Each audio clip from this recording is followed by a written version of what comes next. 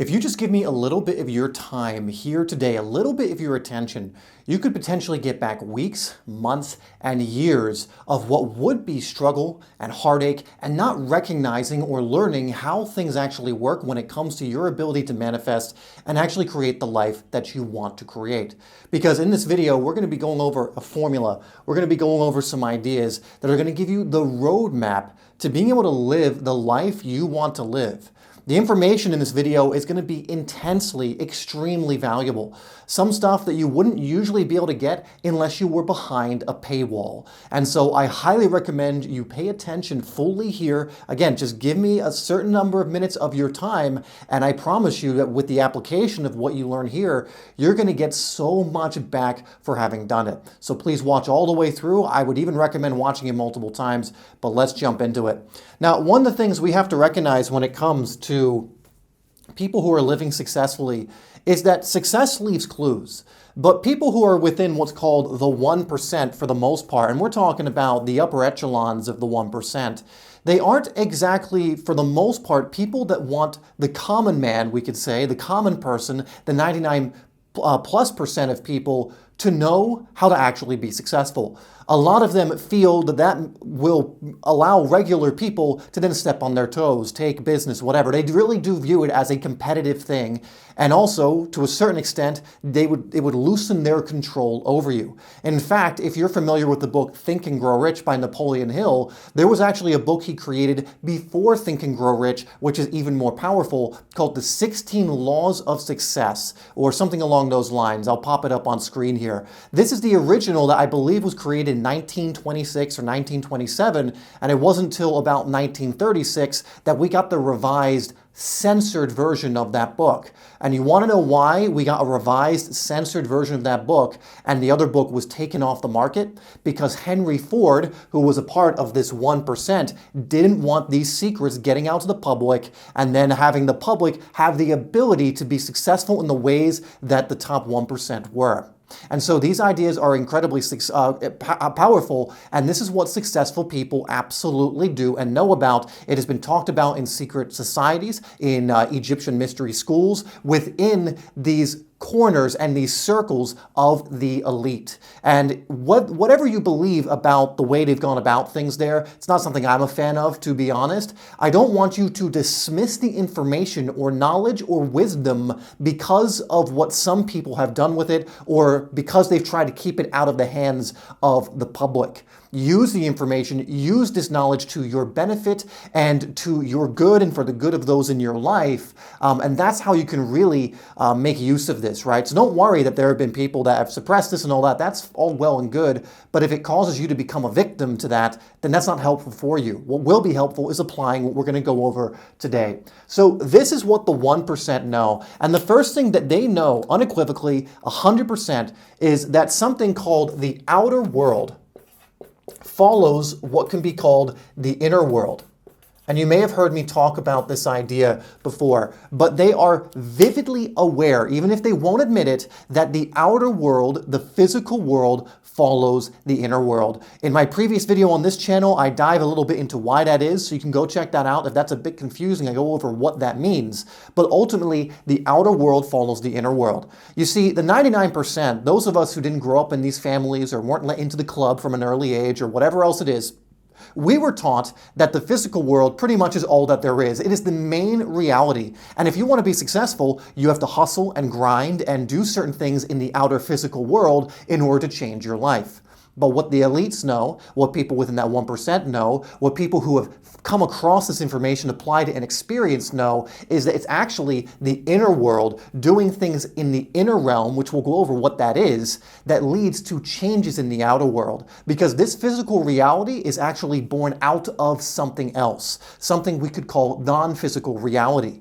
You know, it's not base reality. It is something that has been created or was born out of and came out of something much larger. And that much larger thing is accessed through what we call the inner world. Now, a simple way to think about some of these inner world processes, what goes on in the inner world and how you use these to create, or what you use to create, is the way you think, The way you feel, the way you visualize, your inspirations, your dreams, your mindset, these are the true things that activate the inner world. These are things that happen within you, within your mind's eye, within your soul, within within your thoughts, within what you visualize. These are what really move the needle forward when it comes to making you successful. You see, if you're going out there and taking all of these random actions or hustling and grinding and hoping something that can give will just give way, you're really grinding your gears and you're on this perpetual hamster wheel where it feels like things will never end. But when you get your thinking right, when you get your feelings right, when you get your energies calibrated and resonating with certain other things that would benefit you, then things begin to change. And again, the people within what we consider the 1% in these elite groups, they learn this from a very young age, and through certain families, through certain lineages, they learn through generations this material. Now again, this material at its genesis was not created or brought to us in order for it to be disguised from most people, but it just happened to go that way because certain people got their hands on it and made sure others didn't, right? Again, do not bemoan that fact, but just use this information to your benefit so that you can gain access to it. And all of this is tuning into universal principles and laws, by the way. This is not made up stuff. This stuff is as real as gravity, so if I was to drop this pen, will you bet against it falling to the ground? No. These things operate with the same precision. And just so we can test it, boom, sorry for the noise, but it fell. Because we know on the physical plane that gravity is mathematical and finely tuned and is going to work. It is the same for this stuff. So this brings us to a quote you've probably heard of and is pointing at so much more truth than you maybe realize. When we hear certain quotes or golden nuggets, we sometimes go, oh, that's nice, and then we kind of dismiss it and forget about it. But this is one I really want you to keep in mind because of the sheer power of it and because of how much it's pointing at the truth. And you've heard of it before, most likely. If you haven't heard of it, and this is the first time, hopefully this will click as we go through this, but you get what you think about.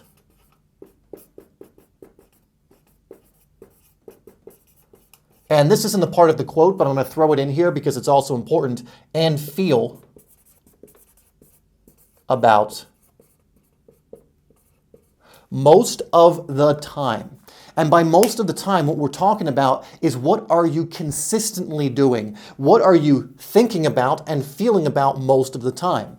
And if we're being honest and we look at most people who, again, aren't in this 1% and weren't trained and were, conditioned in different ways, most people think very negatively. Most people worry. Most people stress. Most people think of negative outcomes. Most people catastrophize, and that's what they're doing most of the time. And through doing that, because of the law of correspondence or the principle of correspondence, if you're thinking in that way, you're going to feel corresponding thoughts. And so if you're thinking negatively, you're probably feeling negatively. If you have worrying thoughts, what do you feel? You feel these this forlorn kind of despair, kind of dread feeling, right? And that's the feeling you're sending out there. If you are thinking thoughts, catastrophizing things, you're probably thinking of fear of certain things are going to happen, or feeling fear, feeling guilt, feeling shame, feeling apathy. And so much of you being able to create the life you want is going to be based on, is going to be predicated on what you are thinking about and feeling about most of the time. Now, when we say thinking, we're also talking about visualization. That's a part of the mental realm or the mental part of your existence. So the pictures you have in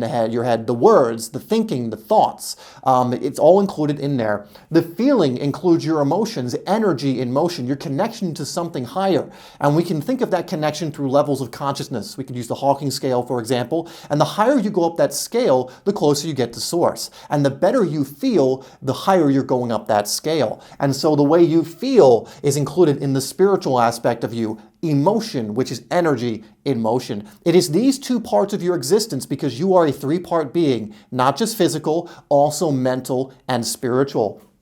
And this is what the 1% know. And so the inner world, we could say, is made up of the mental part of you and the spiritual part of you. They are tied to the inner world, while the outer is, as we know, the physical. And so the outer world, this physical world, follows the inner world. What does it mean when I say follow? It means what you are dwelling in the mental and spiritual world will create new effects and new happenings in the outer world. This is why if you find someone who thinks most of the time about fear, thinks most of the time about how things can go wrong, thinks most of the time about things they don't want opposed to things they do want, almost always attracts pretty undesirable things in the outer world. And you can look at examples for yourself. Think of people in your life, maybe even think of examples from your own life of how you've thought about fear or how you know someone who's always paranoid. Are they living what you would consider a fulfilling life? I would be willing to bet they are not. Now, it's harder to find, but if you know someone also who is the opposite, who's just a very positive person, and not someone who's pseudo-positive, not someone who's positive on the surface, but then behind closed doors is worrying, and again, most of the time is thinking negatively and all that. But you'll meet some people who they genuinely get this. They're positive, they think positive thoughts, they're higher on the consciousness scale, and usually their life is flowing much more smooth. Right? So this is a huge secret that the 1% know. Ultimately, the secret to so much of this and what the 1% do and what successful people do, and they understand this so fully, is you want to have directed thoughts. Now, that includes feelings. Again, it's directing your mental and spiritual part of yourself in a particular direction, and we're going to get into that a little more specifically in just a moment. But ultimately, they understand that the way they direct their thoughts, the way they think, the way they feel is so much of the game. In fact, it is the vast majority. It is not even close when you look at how much of a part these two play. The inner world is playing the biggest part. Now, again, in the outer world, you will need to take actions. But when you're taking actions from a place of a scattered mental and spiritual realm, it's like the shotgun approach, or it's like the machine gun approach, I should say, where you're just trying to throw things against the wall, hoping something works, hoping something sticks, and maybe something eventually does, and you get some relief. But then to get to the next thing, you got to do it again. You got to throw things against the wall, hoping something will stick. But when you have directed thoughts and directed energy going in a particular direction, you're not guessing your actions anymore. You're not using this Gatling gun, machine gun approach where hoping something will stick. You will start to become inspired with the exact next action, the exact next movement that you need to do that is just going to stick. And you're not going to have to go through all these other things that don't stick and grind yourself into the dirt, work 16-hour days to get to that point. You'll notice that a lot of people in the 1%, they're golfing all the time. They're doing leisure activities all the time. There's a reason for that as well. But they're not all like hustling and grinding. Now, a lot of them might be working quite a bit because they love what they do, which means they're thinking and feeling in a really good place. But you will rarely find someone who has this fulfilling, successful life, again, who's non-stressed and also successful, who is hustling and grinding for the sake of hustling and grinding, right? It's strategic. They have directed thoughts, directed energy. Now, the next thing that we need to talk about is that they have an aim. And this is what I was just getting at, but I want to get even more specific with this. So they always have an aim. If you do not have an aim, if you do not have something you are aiming for, you are lost. It's like being out at sea, and that's supposed to be a steering wheel, a ship wheel, and that's a map. But if you're out at sea and you have no captain and crew and you have no direction, well, you're just being thrown around by the waves and you're directionless. And so many people are directionless. They have no aim in their life. And again, that's why 99% of people are going nowhere in life, because you are a conscious creator. And if you are not then consciously creating, as in consciously having a direction you're wanting to go in based on certain data that you've received, that data being what resonates with you, what feels good, what do you want to see in your life, what are you being drawn to, what, again, resonates or what you magnetize towards. If you then don't have an aim and you don't know how to set up that aim, again, it's like going out to sea with nothing.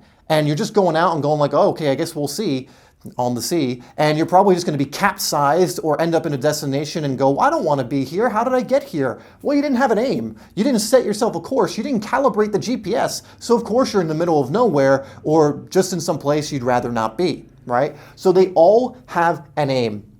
And there is a particular formula that you can use to acquire this aim and have it so that you're moving in that direction consistently. And it's really funny. I have another video where I go over this.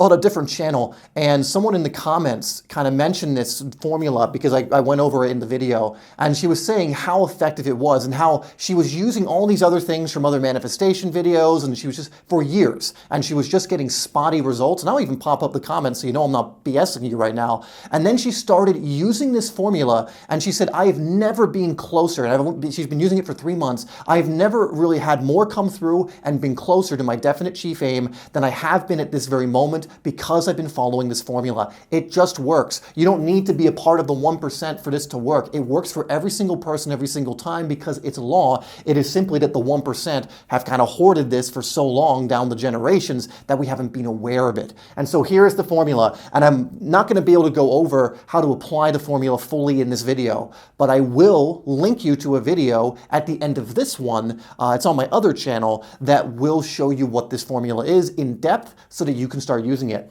Again, this formula is simply, if I can get this pen cap off, the DREAM DCA objective formula. And if we want to add even one more final step, we'll put it down here, which is action steps. And so what you do, how you create this aim, is you need to have a dream. You have to have something that is so much larger than yourself, so beyond where you are right now, that you just light up and get excited about it. Whether it's you want an incredibly successful business, making millions of dollars, doing something that you love that contributes to yourself and also the collective consciousness. Whether it's you want to, your dream is to have a happy family living on a farm with 6 kids and a wonderful wife or husband or whoever else, and that's your dream. Whatever it is, you need to have something that, again, you have an aim so that you know where to go, where you can calibrate the GPS and start moving the wheel of the ship in that direction. Now, a dream is something where you want it to be unrealistic. Again, we don't want it to be realistic yet. We'll get into that. And again, in that video I mentioned, you'll be able to see exactly what we're going to do here. But the dream is literally you just go crazy. You put down exactly whatever you can reach for that you're so excited about, and you're not worried at this moment, ever worried about anything really, but you're not concerned or trying to think of how you're going to get it. Or, well, that seems not likely, or whatever else. It is something you're going to be able to do, but we have to use this formula first. Now, from the dream, we reverse engineer to what's called a DCA. Now, a DCA is just something that stands for definite chief aim. This was coined, I believe, by Napoleon Hill. I don't think it was used before him. Maybe it was, but singular chief aim, definite chief aim. Now, you have to look at those words and break them down to recognize what we're talking about here. Definite chief aim. Does that say multiple aims? Does that say have 3 aims, have 4 aims? Does that say the multifaceted aims and the 16 goals that you're going to achieve? No, it says definite, as in definitive, as in this one thing. Chief being the main aim, what you're going for. So you're selecting one aim, and this aim is something that gets you closer to the dream. Think of the dream as the big thing, and a DCA is a checkpoint on the way to the dream. So if you're climbing up a mountain and you're going to the top of Mount Everest, that's where the dream is. But there are checkpoints and base camps and things on the way that you're getting to. Those are the DCAs. Now the objectives break it down even more. Think about objectives as checkpoints on the way to the DCA. So see how we're making it more granular. We're bringing it back more down to earth so we can make it more practical. And then the action steps are actually the daily action steps. Or you ask yourself, what are the actions that are coming through now that I'm inspired to do that will help me achieve my objective? What can I do today that will help me move me closer to my objective? Through achieving your objective, you get closer to your DCA. After you achieve enough objectives, you'll see, oh, I hit my DCA, and enough DCAs is what's going to move you towards the dream. And so you reverse engineer this. Now, one thing I also want you to recognize, because even with my paid clients, we take people through a 6-month reality creation program where people get phenomenal results. And this is something I have to train out of them, because so many of them, even who have invested in this and are working with me, I have to almost wrestle with them on this, because it's just not going to work if you don't do this. But what they want to do is they want to set multiple definite chief aims. And you can see how that's contradictory. How can you set multiple definite chief aims, but people still try and do it? And I just want to invite you, please don't do it. because it's called a definite chief aim for a reason. And this is what successful people understand as well. You need that thing you are focused on like a laser beam. Like a laser beam, a singular focus, a definite chief aim. Now you could focus on things like a light bulb and you will be able to illuminate many different things.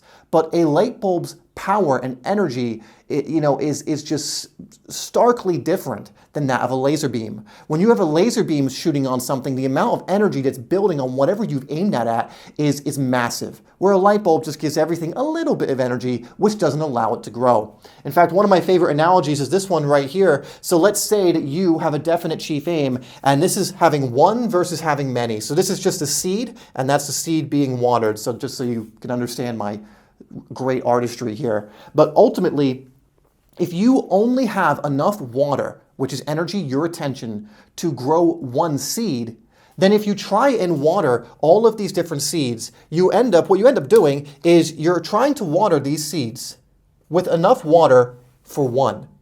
If you were just to do one, this plant would start to grow, right? Because you're giving it the attention it needs, you're giving it the water, you're giving it the energy it needs to grow. But if you then try and split that water, that energy, that attention you're giving that among four, yeah, maybe they'll grow slightly, but most likely they're just going to remain the same, or even more likely, a lot of them are going to die out because they're not getting the energy they need to grow and thrive. And this is why you need to have a definite chief aim, not multiple chief aims that you're trying to do at once. And I've seen people, I'm gonna do 5, I'm gonna do 10, I'm gonna do 1 for every area. Choose a singular chief aim that will have byproducts to it, meaning you could have a definite chief aim, and through achieving that aim, you're probably going to notice that other areas in your life also improve. Because let's say your definite chief aim is financial, and you hit a certain financial goal through a definite chief aim, wouldn't that imply that other things in your life are also going to get better?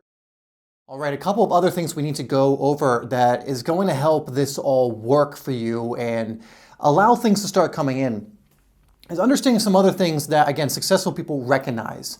Who are consciously using this formula. And it's called something called the how is what we need to go over. Because as you're applying your dream, your DCA, objectives, action steps, which again, I'll link you to a video that goes exactly over how to set that up for yourself if you haven't already, is successful people understand that it's none of your business. And I'm going to explain what this means. And we're talking about the how. See, like we mentioned in the other part of this video, that the outer world follows the inner world, and the outer world is the actions, the tactics, the strategies, and everything else. Essentially, that is the how, right? But when we line up our thinking, when we line up our energy, when we get that inner world part right, the vehicle that's going to get us to the goal will present itself. But if we have this idea of how things need to play out, and we're basing that based on what we, our experience and the known, we can't allow the unknown or the non-linear or the non-physical to come in and help us. And so we need to release the how and understand that if we set that destination, we focus on it like a laser beam, solutions will start to make themselves known. Again, if we try and control the how, it's going back to that machine gun approach. Let's just keep doing things and hope something that works. And maybe something will eventually, but at that point you're exhausted, you haven't really learned anything from it, and if you want to repeat that success, you're going to have to do the same thing again, over and over again, shotgun or machine gun approach, right? And so they understand, successful people, that they don't know what they don't know. And they don't try and pretend that they do. They release and surrender the how to something much larger and something that is operating in the background, which again, we can call the nonlinear, we can call this source, God, the all, infinite intelligence. It doesn't really matter what label you want to give it, but it is in operation. And it is what you connect to when you're connecting to the inner world. And so then if we finally tune ourselves through our thoughts and our energy to a very specific, let's say, frequency, then the actions we are given to take on that frequency are going to be much better and much more aligned and much more specific than if we're not doing the stuff in the inner world. It's like being on a radio station. If you want rock and roll in your life, but you're stuck on a station that only plays jazz, I don't care how much time you spend on that station or how much you try and hustle and grind, until you change the frequency to the one that aligns with the rock and roll, you're not going to get rock and roll music so long as you're on the wrong station, right? And so it's through our thinking and feeling that we put ourselves on the correct station, but we have to let go of the how. Because again, The how, when we try and control it, is simply coming from the known. It is coming from the things analytically that we've already done that we think would be best based on this A to B to C linear level of thinking. But life is nonlinear. It doesn't operate in that way. And so this is when we come up to this analogy right here, and this is one I got from a mentor, and this is such a brilliant one. And so just think of this like a radar screen. So this little kind of cookie-looking thing in there is a radar screen, and those X's and little dots are just kind of supposed to be blips on your radar screen. And you can think of your radar screen about what's in your known. So the radar screen, this part right here, is the known. And what I mean is, this is what you can already see in your life, right? This is like, you can see what's already there, the A plus B plus C, the information, the data, whatever else it is. But the problem is, this only makes up a tiny fraction. We'll just call it 1%. In fact, it's actually much less, but let's just say it's 1% of reality and what's available to you. Most of what's available to you, the solutions, the things that will solve so much for you, exist off the radar screen. And this is the unknown. So all of this, and we could expand this further. I mean, it goes all the way. I couldn't even actually map out how far it goes because it's basically infinite. But all of these things off the radar screen is the unknown. Now, when you get so concerned about how things have to happen, it's like putting horse blinders on, only looking in that particular way and not inviting other things in. And so you get locked in to this middle radar screen world where you can only operate from these things that you can see on the screen. You're not going to get new information and new data and new ideas and new frequencies and things that exist off the radar screen. But when you let go of the how, when you release that control and you just stay focused on the dream, DCA, and everything else, then certain things will start to be attracted to you. And then certain things that are off your radar screen will start to come into your radar screen, and you'll start seeing them show up, but they're going to show up in ways you do not expect. Because if it was something you could expect, it would have been something already on your radar screen, something already in the known. And so when you release the how, when you let go of the how and understand it is none of your business how this comes to fruition, the method and what comes in, you start inviting things that are off the radar screen in because you have removed the blocks that say, I already know better, I know how to do this, I don't need any help. And suddenly you remove that and help starts to come in the form of the things off the radar screen coming in. And one thing that happens when this goes on is people start embracing this, and then certain, say, bad things start to happen because you're inviting the unknown. Let's say, for example, you want the unknown in the sense of you want a better job or you want your own business, but you're in a job right now that you don't like. And let's say something like you lose your job happens. And you go, this is the worst possible thing. But didn't you just say that you wanted to have your own business or you wanted a different job? Well, wouldn't that mean that clearing that out is only creating space for the new? And so this is what successful people understand as well. They understand that the chaos, what we call chaos, what we call bad, isn't bad at all. It is simply things come off the radar screen coming in, creating new situations and opportunities in your life, and we are the ones that judge it and label it as bad if we do it all. But this chaos is a clearing out mechanism of nature. For you to be on a new frequency, things that operate at a lower level frequency or on a different frequency have to be removed because they will not align or resonate with this new place you're going. Meaning you can't experience freedom and all these other things if you're in a job that you hate. Meaning what needs to happen in order for you to be able to move into the next thing? That's right, you may need to lose the job. It doesn't mean this will happen. Again, I don't know what it's going to be or the how, but this is something that can happen because that needs to be cleared out in order for this new to come in. We actually had a client in one of our programs where this happened pretty quickly into the program. She left a job and she didn't really know what was coming next, but she was aligning to this process, doing everything right, keeping her energy high, and 2 weeks later, a job that was so much more aligned with her came in. She was offered this job, and it was for more pay. And this is how it works, because when you do this, we're going to go over something over here. But when you do this and you basically let go of the how and allow things to play out while you do the right things that we mentioned earlier in the video, solutions start presenting themselves from off the radar screen. So you lost that job and that looks bad, but you know better because you know the process. And it's like, well, it's going to be this or something better. That needed to be cleared out, obviously. I've been doing things the right way, so it's not that kind of feedback. So if I just stick with this, I know that something off the radar screen is coming in. And then we can move to this right here. So this is actually a river. And what we want to do when we're in the river of life, so we can just consider this the river of life. You're in this river. This is the river of life. We want to embrace what's known as the bends in the river. Now the bends, what we're really talking about is things that show up as chaos. Because if you're going through, say, right here, this strait in the river, but life is taking you over here. Well, from here to here, you can't see what's happening there. It looks like chaos. It's unknown. You know, maybe there's shaky water here. Maybe there's some rapids, and it seems unknown. But you know that so long as you're continually going down the river, that good things are happening. You're being led down this river. It is benevolent. It's taking you again towards your dream and your DCA. And when you recognize that, do you really care how it winds and how it bends? So embrace the bends in the river. These things only through appearance may seem like they're bad or not the thing you want to happen. Again, the only reason you think that way is because you think you need to control the how. So losing the job or maybe losing a certain connection or something else happens and you're like, oh, that's not how this is supposed to go and how this is supposed to happen.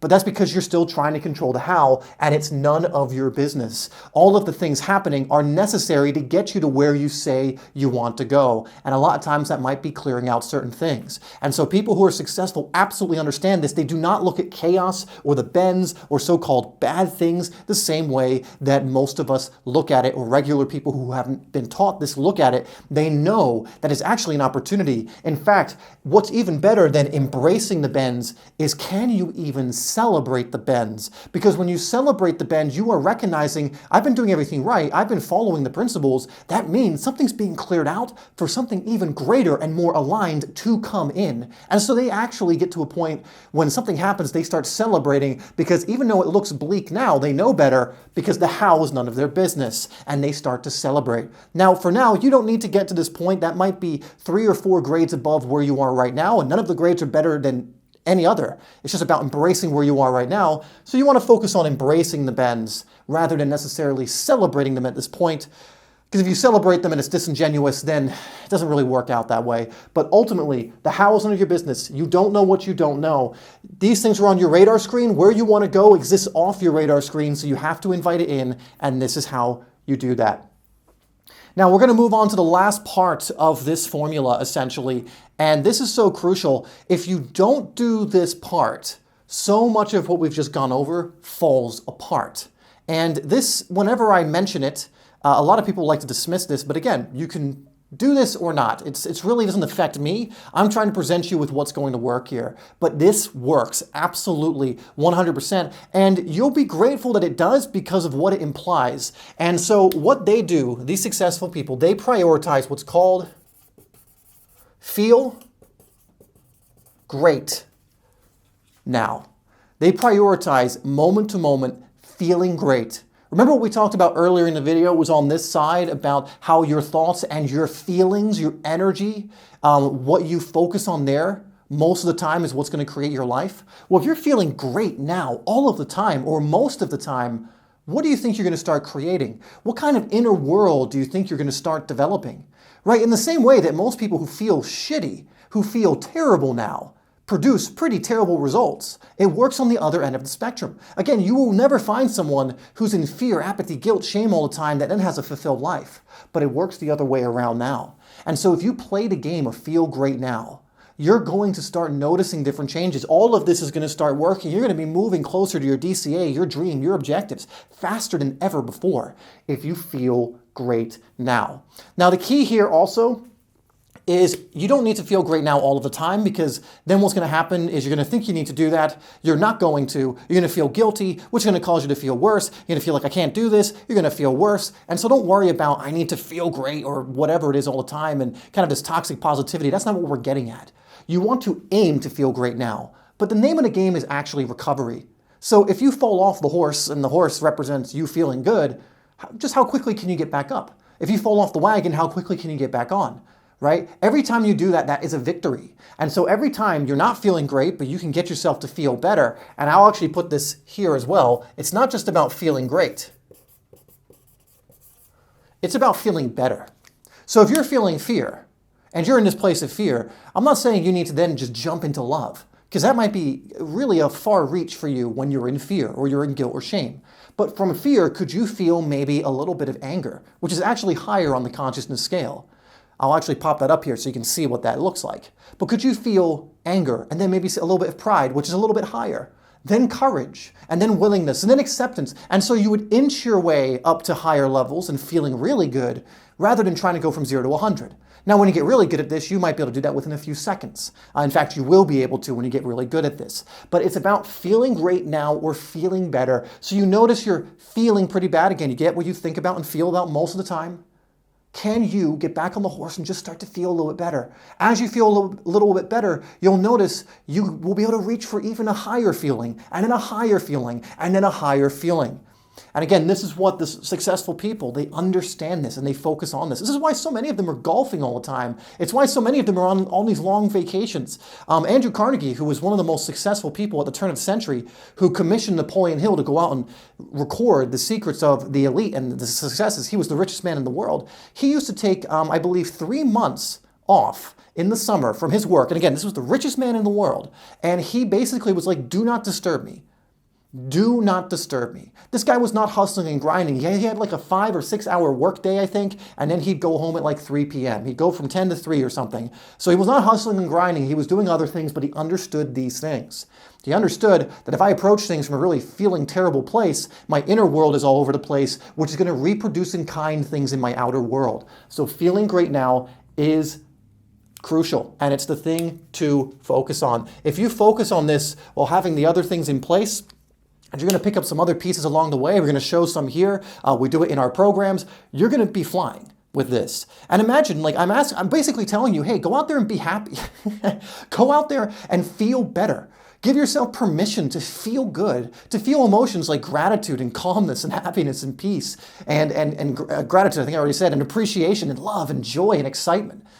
It actually makes you more successful and benefits you to do so. Because a lot of people hold out on doing that because they think it's, not helping them in life. Actually, nothing would help you more than to learn how to feel good now. Again, we're not talking about pleasure or ego-based things. We're talking about higher levels of consciousness, feeling happiness, love, joy, excitement, gratitude, compassion, these kinds of things. One thing this is also going to do is it's going to remove blocks. When you're feeling good, you start removing blocks. And there's other ways to remove blocks. I've talked about thought field therapy on this channel. There's releasing techniques, letting go, shadow work, all things I highly recommend you look at because there are some blocks that might be so deep rooted that you need to directly go for them. But when you're feeling good, you will be removing blocks that are preventing things from getting onto your radar screen from off the radar screen. Again, things are trying to come in from off the radar screen. It isn't that this process isn't in motion. It's that we are usually not calling them in, inviting them in, or we're blocking them. A lot of times we're blocking them because we have horse blinders on. Again, like I know the best way, I'm going to go from A to B to C because we don't understand how reality operates because we weren't taught it. It's not really our fault. But now that you're learning this, it will be your fault if you don't apply what you've learned now to improve your life, now that you are aware, right? So feel great now or better. This is what we want to focus on. You want to remove the blocks. Now, this next thing is the one I said I'm going to get to while over here. But when you do something called lower the importance, what does lower the importance mean? It means letting go of the bloody how. Let go of the how. Because when people try and control the how, it's because they're creating all this importance usually, like I need to make sure this works. But how has that worked out for you when you've tried to micromanage the process or the universe? I need to make sure this works, so I need to raise the importance. The most important thing in my life. My life is ruined if I don't do this. What this does, it actually brings in what's called balancing forces into your life and basically guarantees you can't get the thing. But when you lower the importance, you basically go, it'll be this or something better. I don't know how this is going to come about, but I'm going to leave it to something, stronger than me. Maybe this won't be the best thing for me and something better will emerge. When you're saying things like this, what ends up happening is a solution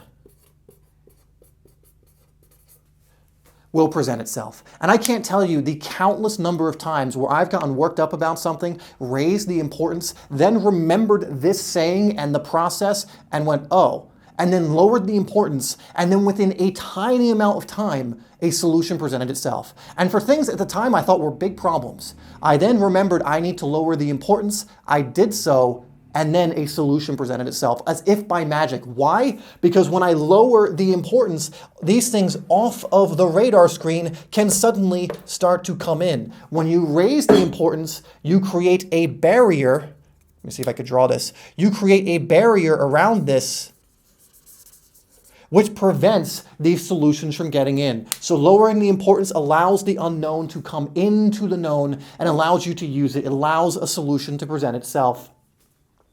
What you're going to notice also when you do this, again, you might not be that great at first. You might get on the horse, be up there for 20 seconds, and then fall right off. And then forget to get back on the horse for 2 weeks. It's okay. Just do your best, because as you keep going and you keep doing this, you are going to create the habit.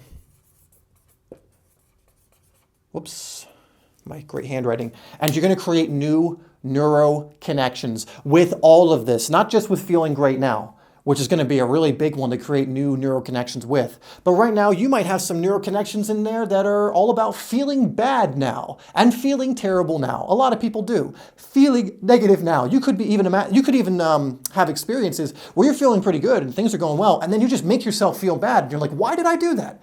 Because you have some neural connections that you've created throughout your life that do this, right? And so as you start building these new neural connections, you will also start automatically pruning away those old ones. This is what we're talking about when removing blocks, getting rid of those subconscious patterns, those neural connections. When you're feeling great and you're focusing in on that and you're recovering when you feel bad and just feeling better, you are also removing certain things that have probably been sabotaging you for a long, long time. All right, so guys, this is, again, if you paid full attention to this, maybe even go back through it a few times, I guarantee this is going to provide so much for you. I've seen it happen so many times with clients, which you can learn about our program through the first link down below if you want to just learn more about it, see if it's a good fit for you. But I've seen it work for people who have just applied this too. You saw the comment I put up as well with someone who applied the Dream DCA, etc. formula, and it will do the same for you. Now, speaking of that formula, I promised you that I would give it to you, so you can go check out this video next. It's on my other channel, which is just my name, where I go over exactly what this formula is, why it works, and even give you a mini workshop on how to create it for yourself.